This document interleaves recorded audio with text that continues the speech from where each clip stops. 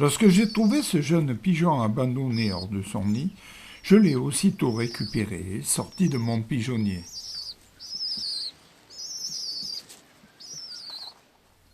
Actuellement, des individus mal intentionnés s'amusent à s'entraîner au tir au pigeon.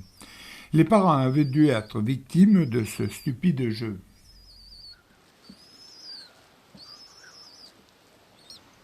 L'ayant installé sur une table, je me suis vite aperçu qu'il avait très soif. J'ai essayé de le faire boire dans un petit verre à liqueur. Il a tout de suite compris et a étanché sa soif.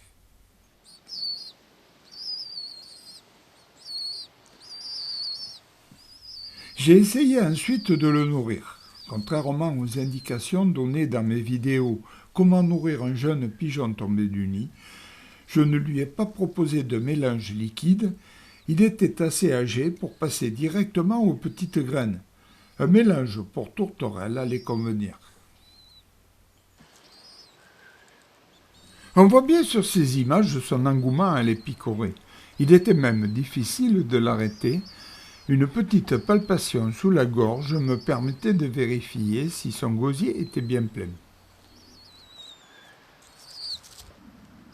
Le revoici quelques semaines plus tard. Il ne volait pas encore, mais je voulais l'habituer à trouver son breuvage dans mon jardin, ces petits ruisseaux drainant la surverse de mon bassin faisant l'affaire.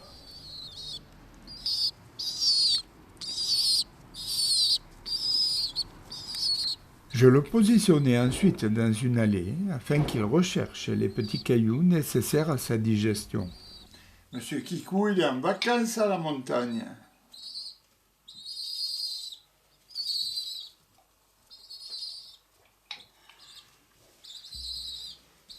Hein? Allez, on boit un coup. Non, allez, on boit un coup. Allez, on boit un coup. Un petit coup d'eau. Voilà. Vite.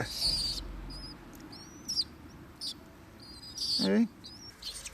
Nous voici de retour à Brignoles. Notre bébé pigeon est devenu un grand garçon.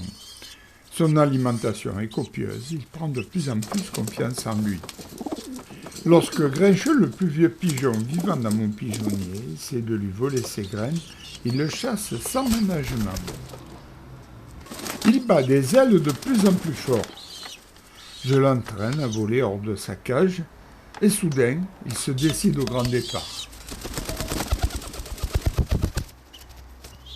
Très bien, Kikou.